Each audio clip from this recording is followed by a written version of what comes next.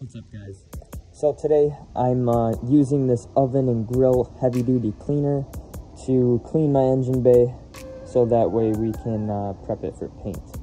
So I'm gonna have to scuff it all down after it's clean and then clean it again and then scuff it down and clean it again, and then we can put some primer on it and get some paint on here because we don't really want to be seeing any of that.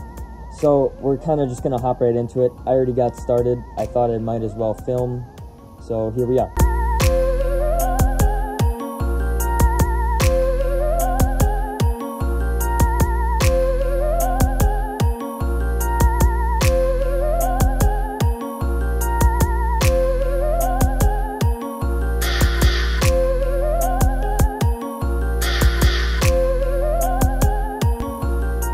I'm just gonna let it soak, and then I'm gonna come back to it with a brush and rinse it off.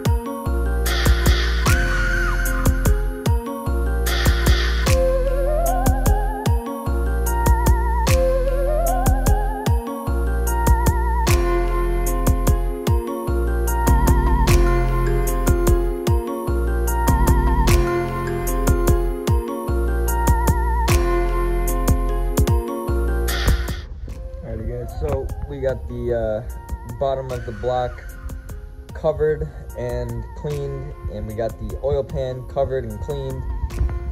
Next thing we're gonna have to do is clean out the head. I'm waiting for valve stem seals and also some bearings, and then we should be good to go ahead and throw this thing back together. Trans is already cleaned, just got to throw in a throwout bearing, and that's pretty much it.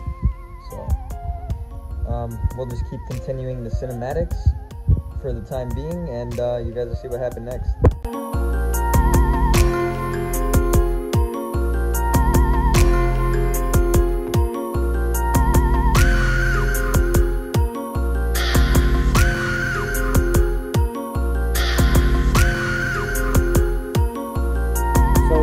I went ahead and scuffed up the engine bay.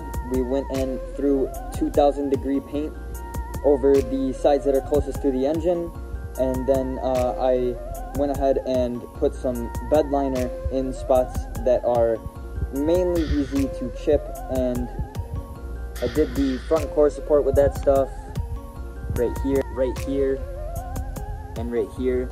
I didn't throw bed liner anywhere near here just because I want to actually paint that, so that way it's kind of easier to clean than over bed liner. But this kind of stuff I can just power wash off. It doesn't really matter. I just don't want this stuff to chip back in here.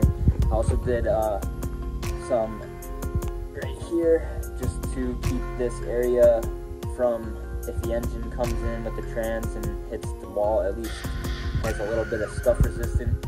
And I also got inside the tunnel just a bit, just so that way we don't get rust in there, because it was bare, so at least that'll be protected. With that being said, I'm pretty satisfied with how this is looking.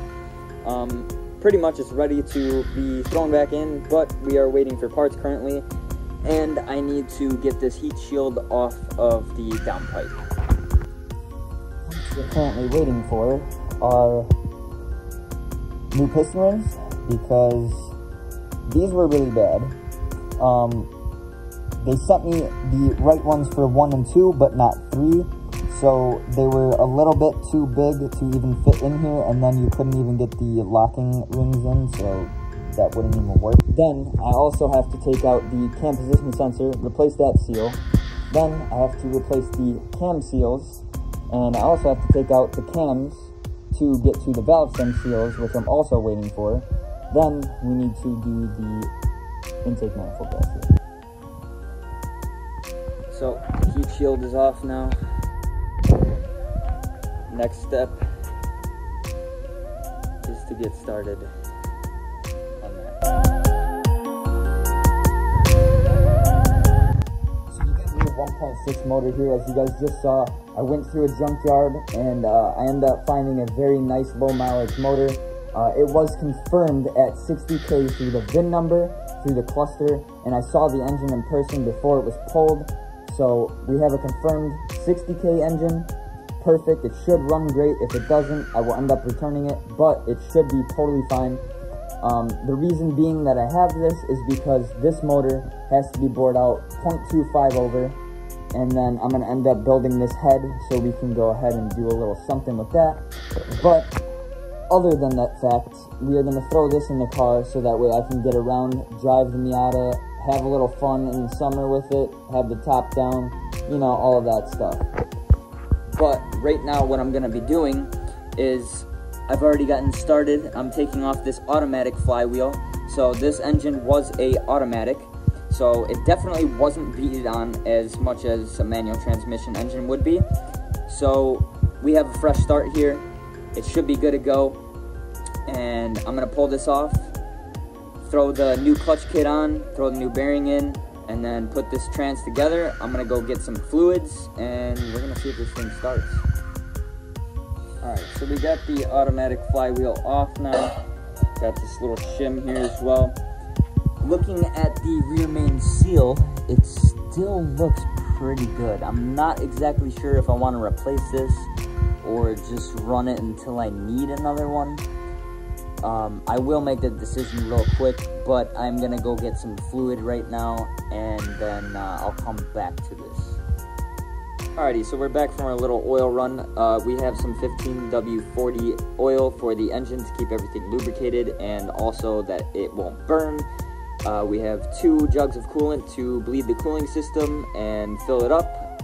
We have 2 gear oils, 75W90 for the transmission. Usually it is 80W90, but I went 75W90 just to get a little bit more thickness in there, make the smooth transitions through all gears. So we got that stuff. I'm gonna go ahead and throw my clutch kit on and put that bearing in. We're gonna put the trans together and we're gonna start filling this up.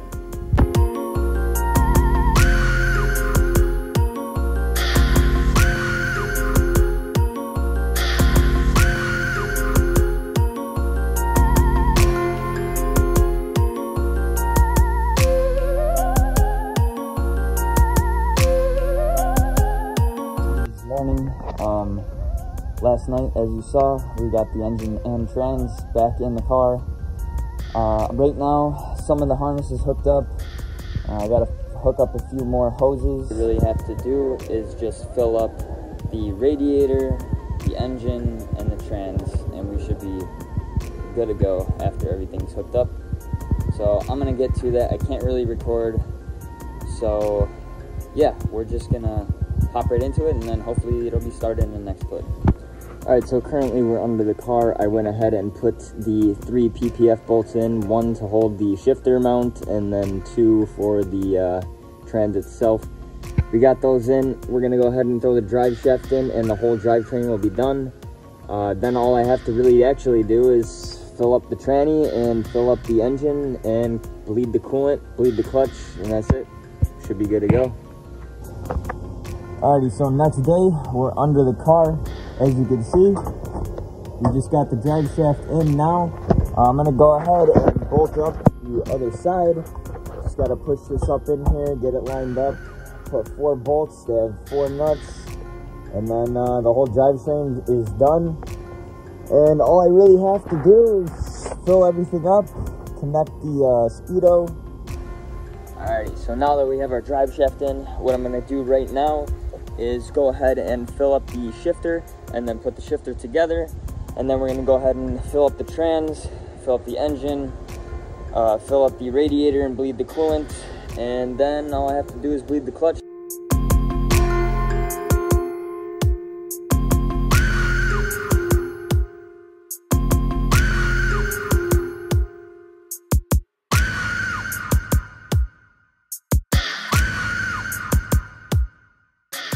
Alright, so right now I'm underneath the car.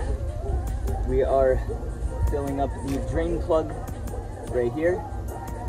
Got my 75 W90. Let's get it done. It's a quick tip for the people that don't know how to put these in. You can run a hose straight to the filler plug, and then what you want to do is put the other end straight on here, get it real tight, and then flip this bottle upside down and elevate it over the trans as high as you can get it, and just start squeezing the bottle and letting most of the fluid go in, and then you'll have to squeeze the bottle and then get some air back in there, keep squeezing it, and then eventually it'll be filled up. So that's what I'm going to do right now, and I'm on my second bottle.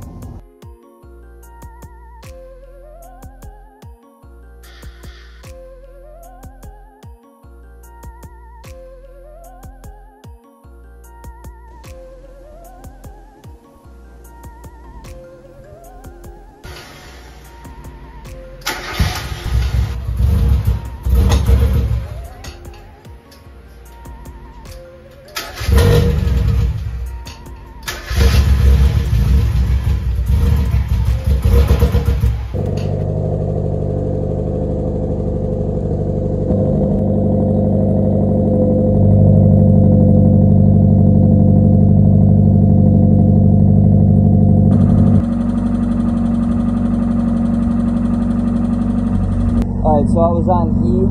I went up and picked some gas. We have now barely any lifter tick, and it's running like a champ. The coolant already bled itself, which is sweet. Oil pressure's good. It's looking good.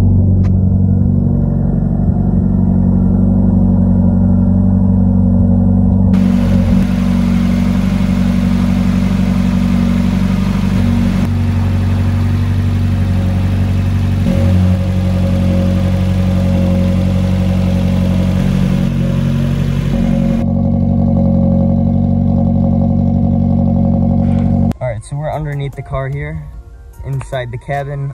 We are adjusting the clutch pedal.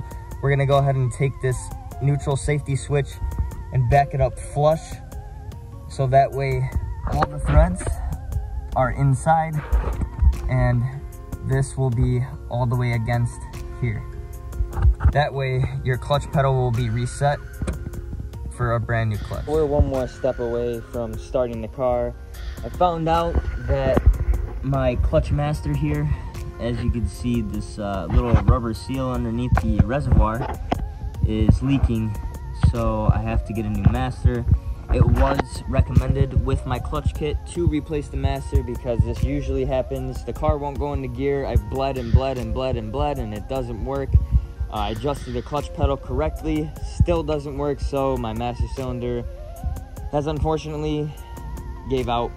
But I should have a new one tomorrow, and then I'm gonna go ahead and throw it in. Right now I'm just gonna take this one out, get it prepared, so that way I can just swap it in and be done with it. So I'll be back tomorrow. I just picked up and I'm installing my new clutch master. So now I should be able to bleed the clutch properly, and we can most likely drive this. So we'll see what happens. So while I'm waiting for someone to help me bleed the clutch, I went ahead and made a nice little heat shield here. Got it tucked up real nice away from the exhaust. So we're gonna not have a super hot intake anymore, but it'll still be somewhat hot.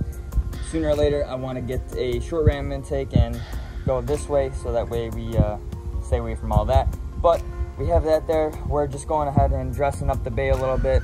As you can see, we started to paint a little bit of things here, just some bolts, just to match with the outside of the car a little bit. But we're gonna go ahead and bleed this clutch master in about 2 seconds. So yeah, we'll catch you there. All right, so I had to make a few stops. It's the next day. We got my clutch line here from a K-Series, same length, same AN line. And then I got 2 more brake fluids. So we're gonna go back to the car. We're gonna bleed this and hopefully it'll work. Otherwise, I'm gonna have to pull the trans out again. So yeah, we'll see.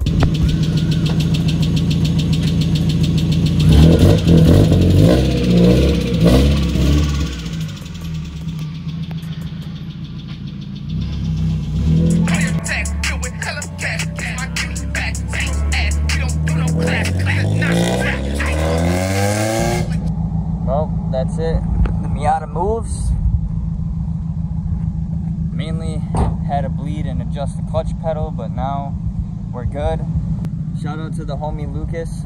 He helped me figure out what was going on. He had the same problem with a friend, so we got it fixed. Thank you again, buddy. And well, that'll be the end for this video, so we'll see you guys next time.